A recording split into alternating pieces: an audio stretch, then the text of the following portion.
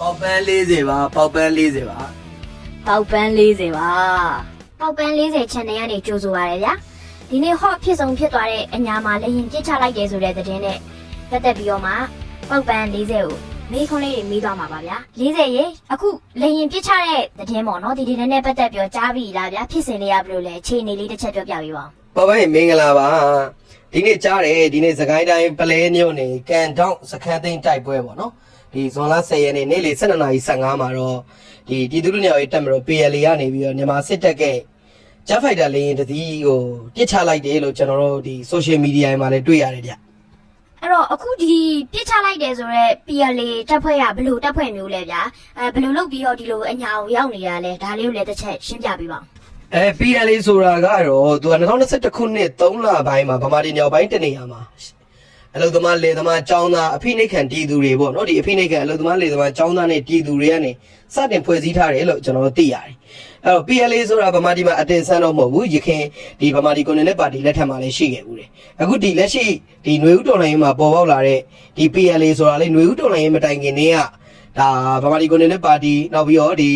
လက်ဝဲအနေလက်ဝဲဝါဒကွန်မြူနစ်ဝါဒအပါအဝင်ဒီလိုနိုင်ငံရေးဆိုင်ရာ ideology ကိုယုံကြည်မှုရှိတဲ့လူတွေပေါ့နော်ဆိုတော့ကျွန်တော်ပြောတဲ့အလုပ်သမားလယ်သမားចောင်းသား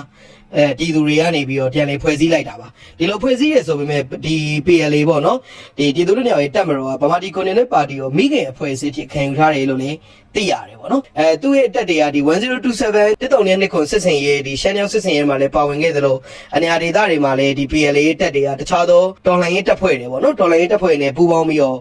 ့ဒါလက်နက်ကိုင်တိုက်ပွဲတွေနဲ့ဆက်ရနာရှင်စနစ်ကိုဆန့်ကျင်တော်လှန်နေလို့သိရထားတဲ့အဖွဲ့အစည်းဖြစ်ပါတယ်ဗျဆိုတော့ဒီလေရင်ပြစ်ချတာနဲ့အချိန်သိမ့်မကွာပဲ15မှာပြစ်ချတယ်ပေါ့နော်ဆိုတော့3နာရီခွဲလောက်မှာစာကားစာရဲ့လက်ဝဲခံမီဒီယာတွေပေါ့ဒီကနေပြီးတော့မှ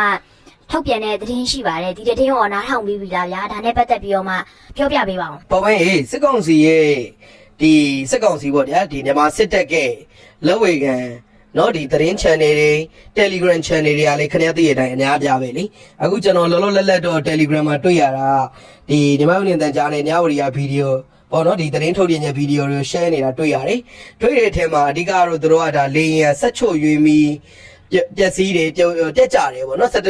်ချို့ရင်ပြီးတက်ကြပြီးတော့အဲ့မှာလုံခြုံရေးလုပ်ငန်းတွေဆောင်ရွက်နေလို့တွေ့ရတယ်ဒါပေမဲ့လည်းကျွန်တော်တို့ဒီမှာ social media မှာကြည့်ရင်လည်းရှင်းလင်းနေတာပဲဗျာပြည်သူ့လူမျိုးရေးတပ်မတော်ရဲ့ page တွေပလင်းမျိုးတွေပြည်သူ့အုပ်ချုပ်ရေး page တွေမှာလည်းလေရင်အပြည့်စီးရနေနော်ဒီနေရာကိုသွားပြီးတော့ကြည့်ရှုနေတာသတင်းယူနေတာမှတ်တမ်းတင်နေတာရေလို့ကျွန်တော်တွေ့ရပါတယ်ဒါကတော့လေခင်ဗျားသိတဲ့အတိုင်းပဲမြန်မာစစ်တပ်ကသူကဘာပဲလို့ဟိုစင်ဟိုရင်းတွေ့ရင်အောင် तू ကဒါအနာဖြစ်နေတယ်ဆိုပြီးပြောမဲ့သူမျိုးပါအဲ့တော့ဘာလာဟိုညင်းမယ်ခုံမယ်တော်လိုင်းရေးတပ်ဖွဲ့တွေကိုအပုတ်ချမယ်ဆိုတာတော့မြန်မာစစ်တပ်ကဝါရပါပဲဒါမဲ့ထူးခြားတာကတော့ဒါမြန်မာစစ်တပ်တစ်သက်လုံးကြောက်လန့်ခဲ့တဲ့ကွန်မြူနစ်တစ်စိကြီးပေါ့ဗျာကွန်မြူနစ်တစ်စိကြီးကိုကြောက်လန့်ခဲ့တဲ့ဗမာစစ်တပ်အတွက်တော့မြန်မာစစ်တပ်အတွက်တော့ဒါက PLA တပ်ဖွဲ့ PLA လို့တပ်ဖွဲ့နေကနေမြန်မာစစ်တပ်ပိုင်လေရင်နော်ဒီ jet fighter လေရင်ကိုတိချနိုင်ခဲ့တယ်ဆိုတဲ့အပေါ်မှာတော့တို့မခံကြည့်လောက်ဘူးဗျမခံကြည့်လောက်လို့လေတခြားသောဖြစ်စဉ်တွေခင်ဗျားလည်းမှတ်မိပါပါဒီကချင်တို့နော်ကျွန်တော်တို့အညာတို့တချို့နေရာတွေမှာလေရင်ပြစ်ကြခဲ့ဖြစ်စဉ်တွေလည်းအများအပဲရှိတာပဲဒါပေမဲ့အဲ့လောက်ထိနည်းနည်းဆန်းဆန်းသတင်းထုတ်ပြန်ပြီးတော့ဒီလိုသတင်းလိမ်သတင်းတုသတင်းညာတာမျိုးတို့ကျွန်တော်မတွေ့ဘူးဒါကတော့အဓိကတော့ PLA နဲ့ပတ်သက်မယ်နဲ့တူတယ်ဒါကြောင့်သူတို့သတင်းတုသတင်းလိမ်သတင်းညာပြီးချက်ချင်းပြည့်ချင်းတယ်လို့ကျွန်တော်ကတော့သုံးသပ်မိပါတယ်ပေါက်ပန်းကြီ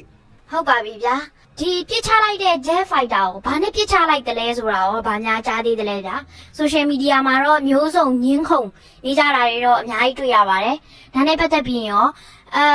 စဉ်းစားမိတာတခုကဒါက